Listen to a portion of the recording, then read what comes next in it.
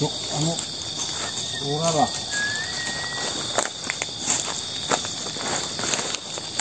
Ngomong ya.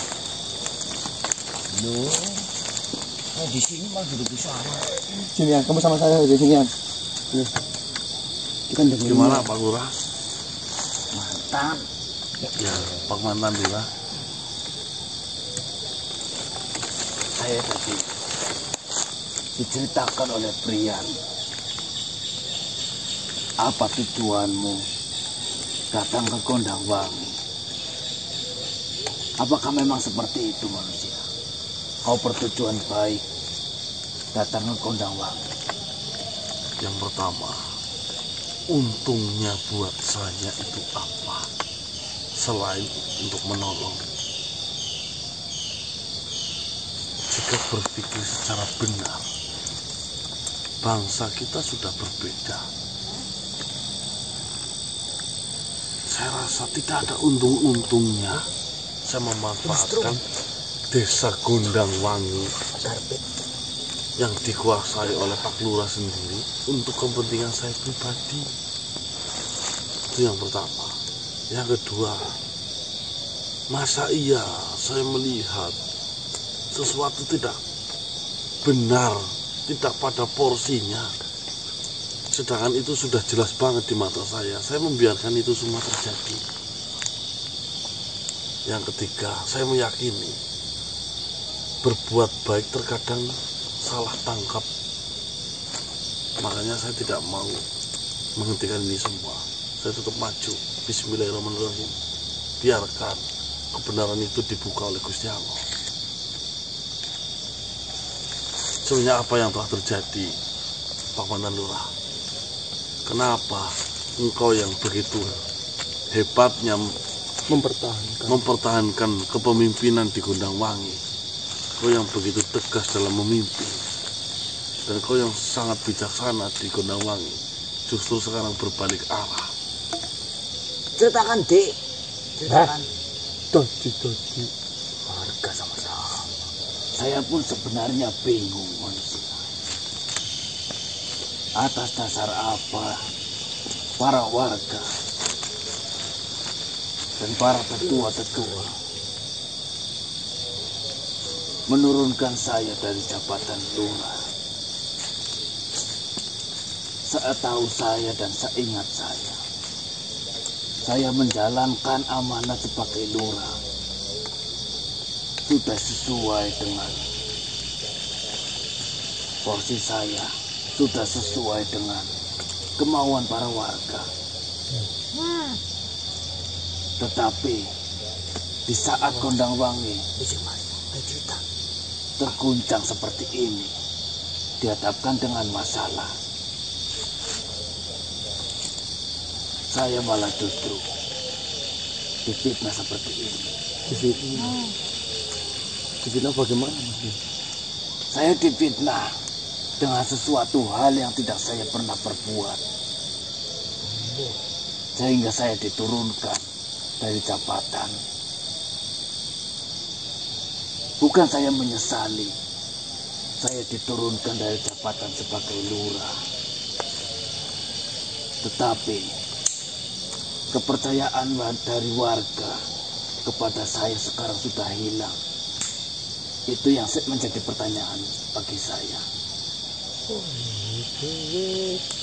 Saya dituduh dan saya difitnah membebaskan. Ini yang pertama. Membebaskan tahanan ataupun warga Gondangwangi yang bermasalah dengan para tetua dan seluruh jajarannya. Satiman dan Yu, siapa? Ya, benar. Yang kedua, saya dituduh melakukan pelecehan terhadap beberapa anak warga Gondangwangi yang masih di bawah umur. Apakah jenengan yakin jenengan tidak melakukan hal itu? Saya berani sumpah atas demi nama apapun manusia.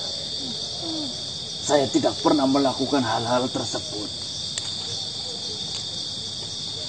Yang saya lakukan selama ini di Gondangwangi adalah bagaimana saya mensejahterakan rakyat Gondangwangi melindungi mereka dari ancaman-ancaman makhluk-makhluk yang berada di dalam sumur.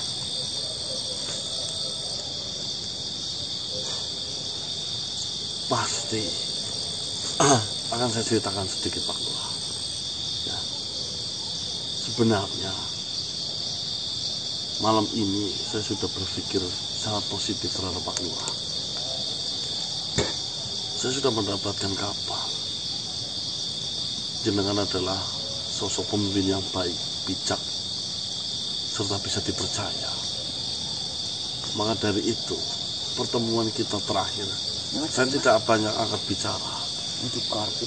Karena yang pertama, saya tahu jenengan di posisi benar. Tetapi, bagaimana caranya saya bisa mengasih tahu jenengan, menjelaskan ke jenengan? Jelaskan saja. Bahwasanya apa yang jenengan bela sebenarnya itu salah. Ada oknum lain yang sedang memanfaatkan keadaan di Gondangwangi.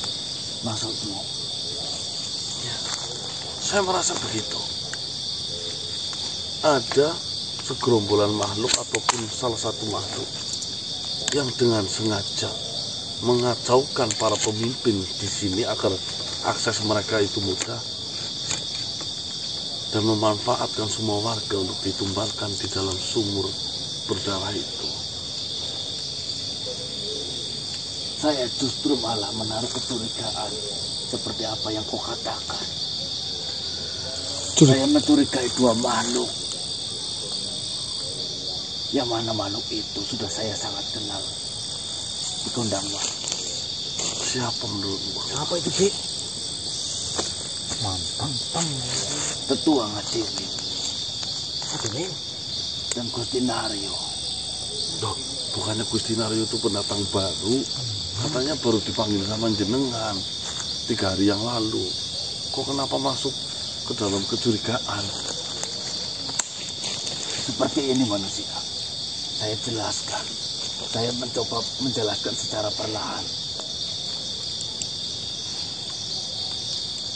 Di Gondangwangi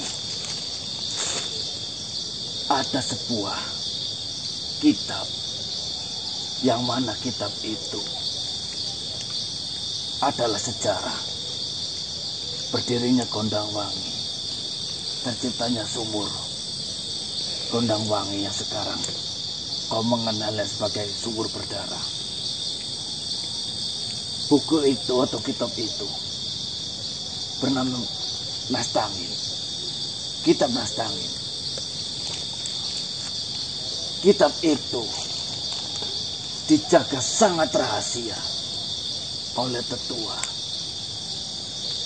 Tidak ada satupun warga Gondangwangi selain dia yang mengetahui isinya, kecuali turun-turunannya. Dan kebetulan Tetua Ngadimin sekarang yang dipercaya untuk memegang kitab tersebut. Anehnya, saya melihat dan saya mendengar bahwasanya Gusti Naryo meminta kitab tersebut kepada Ngadimin, Tetua Ngadimin. Dengan alasan? Banyak alasan. Padahal asal kau tahu, saya saja sebagai lurah, saya tidak mengetahui apa isi dari kitab tersebut yang sesungguhnya. Yang saya ketahui hanyalah kitab itu berisikan sejarah tentang Gondangwangi. Banyak catatan-catatan penting yang berada di dalam kitab tersebut. Akhirnya Pak Lurah mencurigai hal itu. Harusnya Tetua Ngadimin tidak akan mau memberikan kitab itu terhadap orang lain, apalagi orang asing seperti Gusti Naryo. Dia kan hanya dibayar ya. Benar. Tetapi di sini Tetua Ngadimin memberikan dengan cuma-cuma. kitab itu kepada Gusti Naryo. Itu yang menjadi kecurigaan saya. Ada apa sebenarnya? Kayak ada permainan. Kitab yang seharusnya sakral sekali, yang melekat pada Kondangwa, tiba-tiba diserahkan kepada orang asing.